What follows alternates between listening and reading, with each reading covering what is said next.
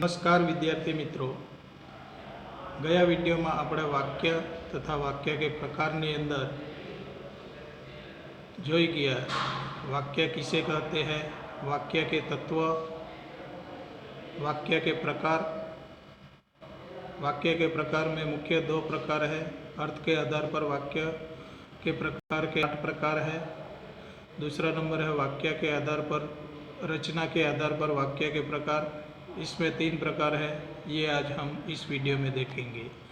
Number 1, सरल या साधारण वाक्य। जिस वाक्य में एक उद्देश्य और एक ही विधेय हो उसे सरल या साधारण वाक्य कहते हैं। जैसे पिताजी पार्क में बैठे हैं। विधान में पिताजी उद्देश्य है और पार्क में बैठे हैं विधेय है। सरल वाक्य में एक ही वाक्य होता है। वाक्य के उद्देश्य में कर्ता, कर्ता का विस्तार तथा विधेय में क्रिया, क्रिया का विस्तार, कर्म, कर्म का विस्तार आदि आ जाते हैं। उदाहरण नंबर 1, भार्गव ने पढ़ा। कर्ता और क्रिया 2 दिए गए हैं। भार्गव पढ़ रहा है, इसमें कर्ता क्रिया का विस्तार दिया गया है। पड़ोस में रहने वाला भार्गव पढ़ रहा है, विस्तार कर्ता क्रिया विस्तार। भार्गव ने पुस्तक पढ़ी, कर्ता कर्म और क्रिया का विस्तार दिया गया है। भार्गव ने पिताजी को पुस्तक पढ़ी, कर्ता कर्म, कर्म और क्रिया का विस्तार दिया गया है। भार्गव ने अपने प्रिय मित्र को कहानी की पुस्तक दी। इस वाक्य में कर्ता कर्म का विस्तार, कर्म, कर्म का विस्तार, कर्म और क्रिया का विस्तार दिया गया है। अब नंबर 2, संयुक्त वाक्य।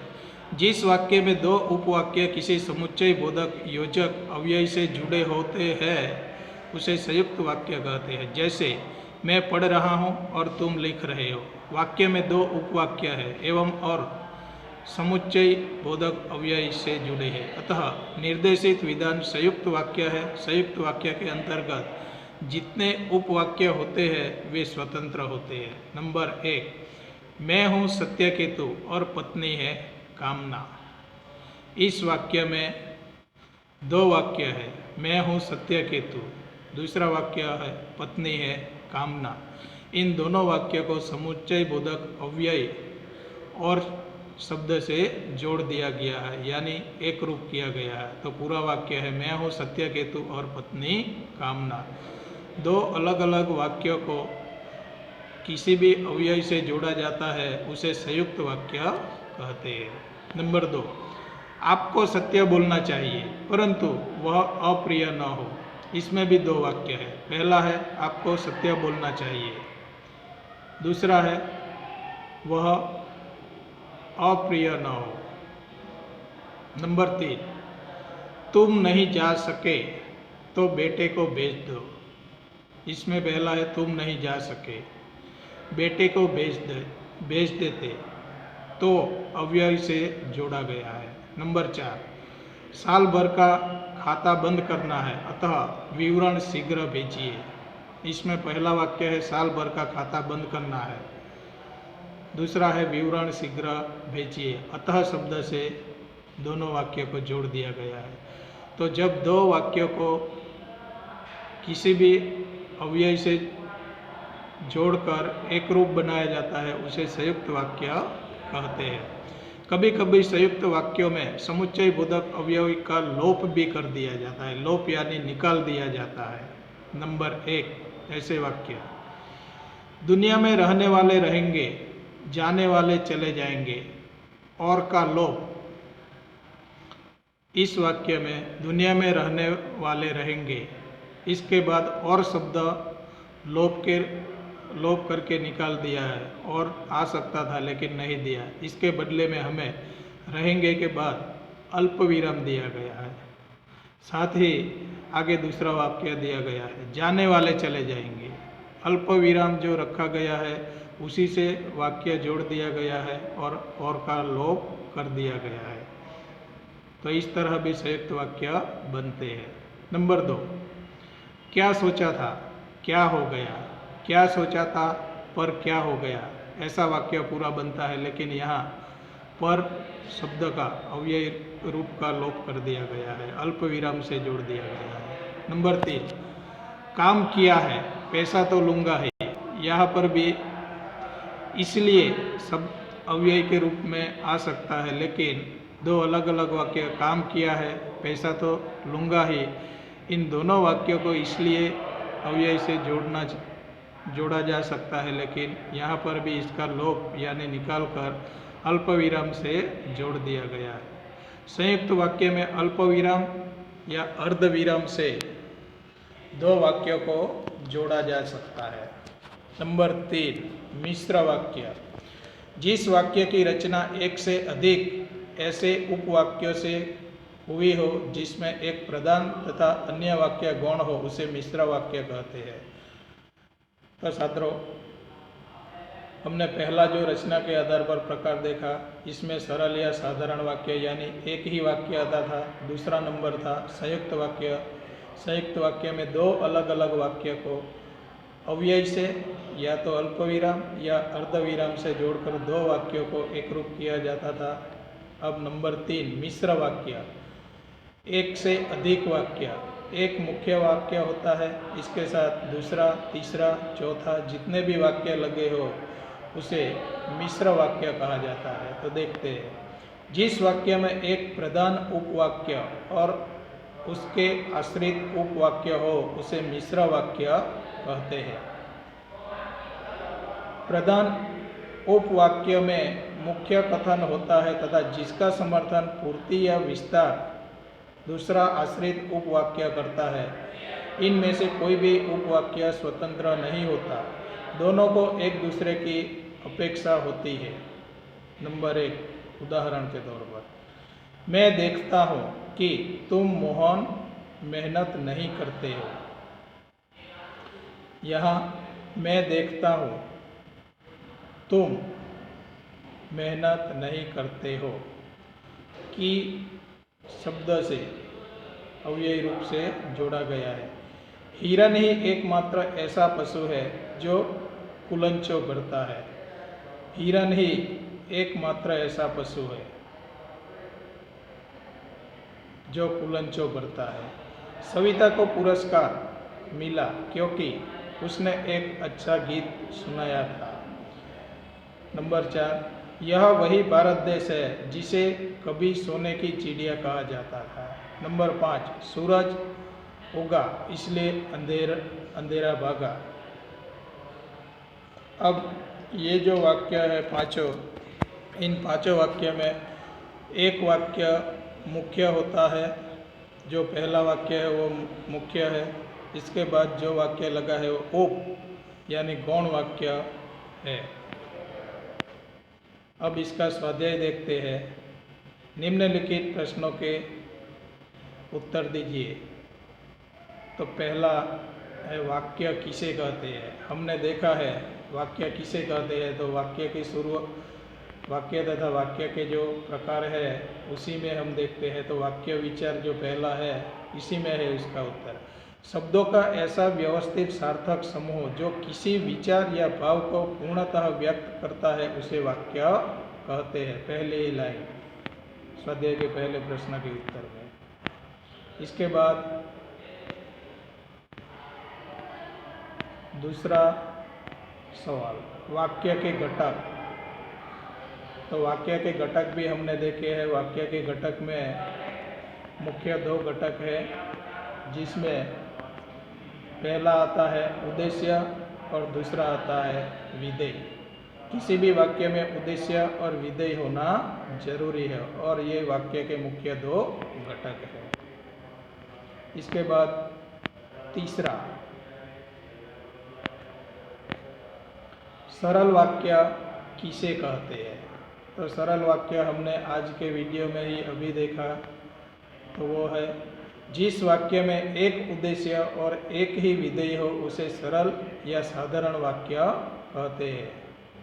ये उसका उत्तर है। इसके बाद प्रश्न नंबर 4, इस उपवन में सुंदर फूल खिले हैं, वाक्य में उद्देश्य और विधेय ढूंढिए।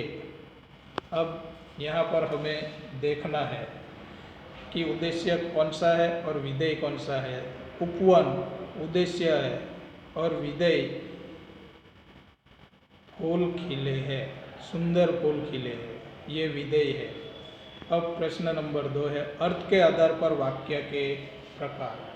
तो पहला है अर्थ के आधार पर ही, अर्थ के आधार पर मुख्य 8 प्रकार होते हैं और ये 8 प्रकार में से ही आपको यहाँ प्रश्न का उत्तर देना है। नंबर 1 आह कितना सुंदर बच्चा, विस्मयादिबोधक वाक्य, उद्गार चिन्ह लगा है। नंबर 2 एक गिलास दूध लाओ, लाने के लिए कहा गया है, यानी यहाँ जो प्रकार होगा वो आज्ञावाचक। नंबर 3 राम अयोध्या के राजा थे, इसमें कुछ भी नहीं आज्ञा की गई है, नहीं आश्चर्य है, किसी भी प्रकार का बोध नहीं है, एकदम सरल वाक्य है, इसलिए इसे विधान वाक्य कहा जाएगा। नंबर 4 वहाँ पेड़ पौधे नहीं थे, नहीं शब्द का प्रयोग हुआ है, इसलिए यह वाक्य निषेधवाचक वाक्य कहा जाएगा। 5 नंबर आप कहाँ रहते हैं, चिन्ह लगा हुआ देखेंगे तो पता ही चल जाता है कि प्रश्नार्थ वाक्य है। सर्वनाम के रूप में आप दिया है और कहाँ शब्द से प्रश्न पूछा गया है, कौन, किसे, क्या, किस लिए, ऐसे शब्द जो वाक्य में रहते हैं यह प्रश्नसूचक होते हैं। नंबर 6 आपकी यात्रा मंगलमय हो, यहाँ शुभ कामना दी गई है, इसलिए यह वाक्य इच्छावाचक, इच्छा रखी गई है, इच्छावाचक वाक्य होगा।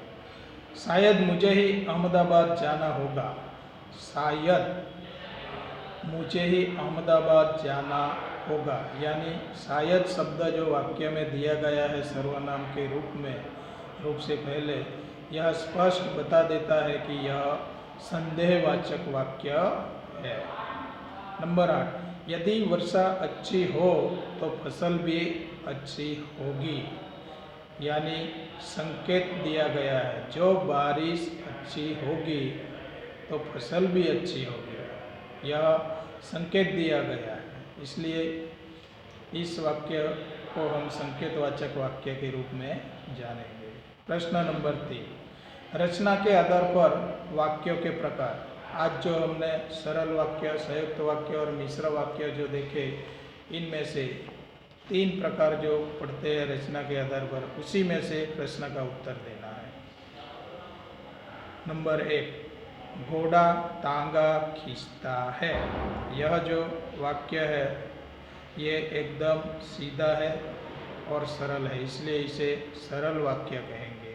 नंबर 2 श्याम माखन चोर है, इसलिए वह कहीं छिप जाता है, इसलिए पहला वाक्य है श्याम माखन चोर है, दूसरा है वह कहीं छिप जाता है, और बीच में अव्यय दिया गया है, इसलिए इसे संयुक्त वाक्य कहेंगे। 2 अलग अलग वाक्य को जोड़ दिया गया है। नंबर 3 राकेश को बुखार आया, इसलिए उसे अस्पताल भर्ती करवाया गया, यह वाक्य देखते ही हमें पता चलता है राकेश को बुखार आया, यह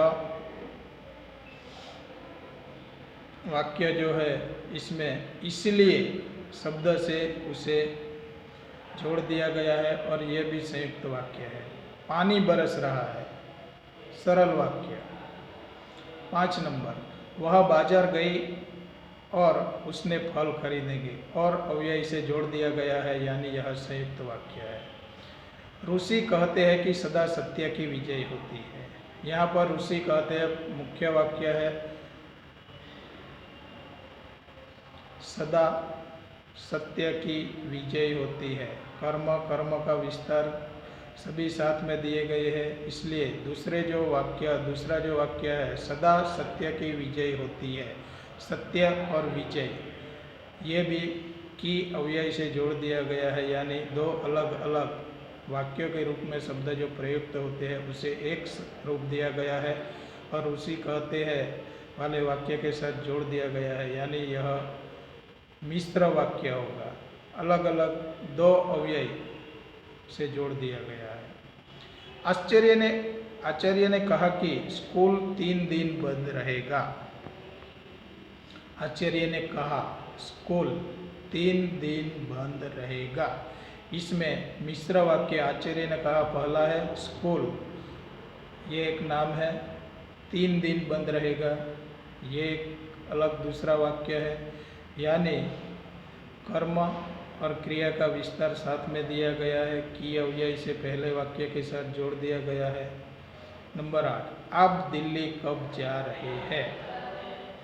प्रश्न पूछा गया है कब, और लास्ट में प्रश्नार्थ चिन्ह दिया गया है, इसलिए इसे हम सरल वाक्य कहेंगे। है प्रश्न, लेकिन सीधा सा सवाल है, आप दिल्ली कब जाएंगे? सरल वाक्य है।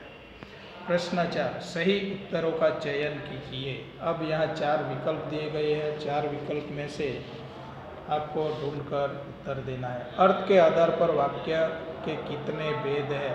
अर्थ के आधार पर पहले जो हमने देखे थे वो, तो इसमें ड में दिया गया है 8। रचना की दृष्टि से वाक्य के कितने प्रकार है? इसी वीडियो में आज हमने देखा तो इसमें 3 है। सरल, संयुक्त और मिश्र आज हमने जो देखे, ये रचना के आधार पर 3 प्रकार है। मनोज अध्यापक है, उद्देश्य साटिए, यानी कि उद्देश्य को आपको ढूंढना है। सरल वाक्य है और इसी मनोज अध्यापक है, इसमें उद्देश्य और विधेय दोनों दिया गया है। तो अ में जो दिया गया है वह उद्देश्य है मनोज। इसके आगे नंबर 4, गायत्री शिक्षिका है, विधेय साटिए। गायत्री ये उद्देश्य है, शिक्षिका विधेय है, यानी ब में दिया गया है शिक्षिका, यह विधेय है। नंबर 5, इन वाक्यों में कौन सा वाक्य संयुक्त वाक्य है? घर जाने पर वह खा लेता है, वह खा लेता है जब भी घर से आता है। क, वह प्रतिदिन घर से खाकर आता है। ड, वह घर जाता है और खाकर आता है। इसमें लास्ट ड में जो दिया गया है वह घर जाता है और खाकर आता है, यह वाक्य संयुक्त वाक्य है। नंबर 6, इन वाक्यों में कौन सा वाक्य मिश्रण वाक्य है? अ, परिश्रम करने पर छात्र उत्तीर्ण हो गए।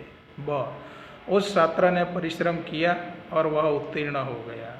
क, परिश्रम करने वाले छात्र उत्तीर्ण हो गए। ड, जिन छात्रों ने परिश्रम किया वे उत्तीर्ण हो गए। इनमें से मिश्र वाक्य ढूंढना है। मिश्र वाक्य के रूप में हमने जो 4 वाक्य पढ़े, इसमें लास्ट जो दिया गया है ड में, यह मिश्र वाक्य है। जिन छात्रों ने परिश्रम किया वे उत्तीर्ण हो गए। जिन छात्रों ने, यह एक वाक्य अलग हो गया है। परिश्रम किया ये अलग हो जाता है। उत्तीर्ण हो गए यह एक अलग हो जाता है, यानी यह वाक्य मिश्र हो गया। नंबर 7, भगवान आपका कल्याण करे, यह किस प्रकार का वाक्य है? तो इसमें भगवान आपका कल्याण करे, यह इच्छा व्यक्त की गई है, यानी इच्छा व्यक्त की गई है, इसलिए क में जो उत्तर दिया है इच्छावाचक, ये उसका उत्तर रहेगा। दादाजी स्वस्थ नहीं है, यह किस प्रकार का वाक्य है? दादाजी स्वस्थ नहीं है। अब वाक्य पढ़ते ही पता चलता है नहीं शब्द का प्रयोग हो गया है, तो स्पष्ट रूप से हम इसे निषेधवाचक वाक्य के रूप में जानेंगे। तो विद्यार्थी मित्रों, અહીં આપણે વાક્ય તથા વાક્યના પ્રકાર જે છે એ ટોપિક પૂરો થાય છે। હવે તમારે જે લખવાનો સ્વાધ્યાય જે છે એ સ્વાધ્યાયની અંદર તમારે પ્રશ્ન નંબર 2 अर्थ के आधार पर वाक्य के प्रकार एक लखवानु रहेशे। नंबर 3 से प्रश्न रचना के आधार पर वाक्य के प्रकार, एक प्रकार आखो लखवानो से। प्रश्न 4 से सही उत्तरों का चयन कीजिए। त्यार पछी बीजो जे लखवानु से ए एक फोटो पाड़ीने हूँ मोकलावी दईश। जे पहला लखवानो, त्यार पछी સ્વાધ્યાય લખવાનો, કઈ કઈ વસ્તુ લખવાની સીધું એક કાગળમાં લખીને મોકલાવીશ. પૂરી વિગત ન લખવામાં આવે, મુખ્ય વસ્તુ જે છે એ જ લખવામાં આવશે. એની વ્યાખ્યાઓ લખવાની, વ્યાખ્યાઓની સાથે 1 અથવા 2 વાક્ય અવશ્ય લખાવવા જોઈએ. તો નમસ્કાર. આવતા વિડીયોની અંદર આપણે આગળ જે વ્યાકરણ આવશે, હવે જે આપણું બાકી રહેશે એક સમાસ બાકી રહેશે, એ સમાસને આવતા પીરિયડની અંદર જોઈશું.